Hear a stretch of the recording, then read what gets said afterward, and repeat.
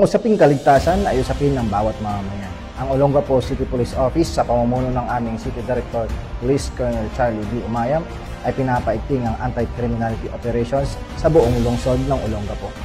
Ang Olongapo City Police Office ay nagsasagawa ng routine checkpoint operations in coordination with local authorities na may layuning tiyakin ang kaligtasan ng publiko, maiwasan ang mga criminal activities at ipatupad ang mga regulasyon sa trapiko.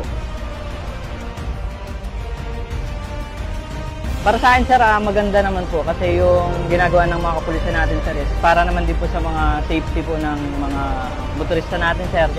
Maganda rin kasi may checkpoint talaga para seguridad sa tao. Para maiwasan ang mga criminal. Police presence and checkpoints are well-maintaining public safety. Bigay ng checkpoints sa ating lugar. Mahalaga po ito sa atin para po sa maiwasan po natin yung mga illegal na sa ating mga sasakyan, mga kontrabando.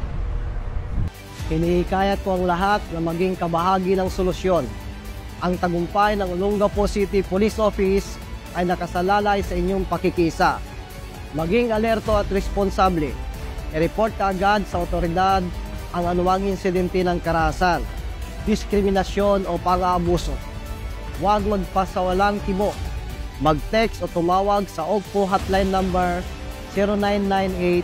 0998-598-5546. Sa tulong ng lahat, patuloy nating itaguyod ang isang lungsod na ligtas at naninindigan sa katotohanan. Sir, magpasalamat, sir, sa lahat po ng kapulisan natin, sir, sa sipag, sir, tsaka sa tiyaga na sa araw-araw, sir, na pag-ronda, pag-duty, sir, lalo na sa iniisip nila yung safety, lahat ng mga mamamayan natin. All our police officers in Olongapo City, thank you so much for giving us safety. Salamat po sa kapulisan ng Maraming salamat po sa kapulisan ng Olongapo at mabuhay po kayo. Salamat po.